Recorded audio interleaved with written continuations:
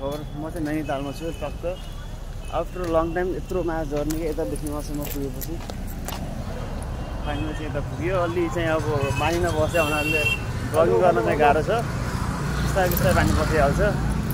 Quality सलिटी त्यस्तै हो। यता यो चाहिँ नैनीताल, यता चाहिँ यसको नैनीतालको रिभर। अनि म चाहिँ अब कहाँ जाने भन्दाखेरि यसो उतातिर अलिक घुमेर आउँछु। भर्खर टिम भयो छ, यसो साँझतिर चाहिँ डाँडातिर चढ्नुपर्छ होला। यहाँ पुऱ्याएर छोडिदियो, छोडेर गर्ने के यार। किनकि यो गरेर चाहिँ अलि भ्यू चाहिँ एउटा राम्रो, भ्यू त अब राम्रो छ। रातितिर जुन राम्रो देखिन्छ भन्छ होइन। अब यहाँ नैनीताल महँगो पनि भन्छन्, तर मैले प्राइस चाहिँ सोधेको छैन कस्तो के छ। अब यसो ट्राई गरौँला नि यार। भर्खरै पुगेँ, यसो हेर्दाखेरि चाहिँ पछाडि पनि दामी छ। अब क्यामेरा र आँखामा अलिक फरक पनि परिहाल्छ होइन। भ्यूको नजर गर्दाखेरि मान्छेहरू चाहिँ लास्ट धेरै छन्, अलिक भ्लगिङ गर्न गाह्रो। त्यति बेलासम्म चाहिँ ब्याक क्यामेरा चाहिँ कन्टिन्यू गर्छु।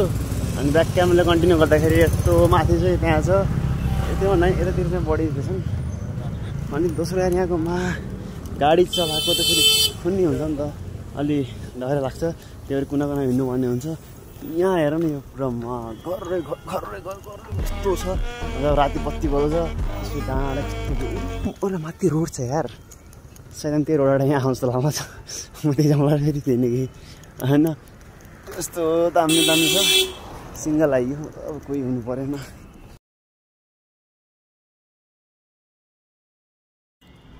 एउटा कुरा भन्नु यार, सिङ्गल हुनुको सबभन्दा बढी दुःख कब लाग्छ चाहिँ मलाई। सबभन्दा बढी दुःख आज लाग्न छ यार। कसम न कोही फोटो खिच्नु चला छ, न कोही भिडियो बनाइदिएछ। कति सेल्फीमा भिडियो बनाउने यार। भ्यू त राम्रो थियो, के गर्नु त। अब कोही भएन त फोटो खिच्ने, कोही भएन त। एक्लै आउनु भयो त यार। त्यस्तो हो भाग्य। अब त्यही भएर भन्छु केटाहरू, केही भन्दैन म। सिङ्गल लाइफ, रक लाइफ अलिक हुँदैन न। अब टेन्सन चाहिँ चिन्ता भयो, मैले जाउँ भने अब के गर्छु, 12 वर्ष गर्छु अनलाइन नै गर्छु।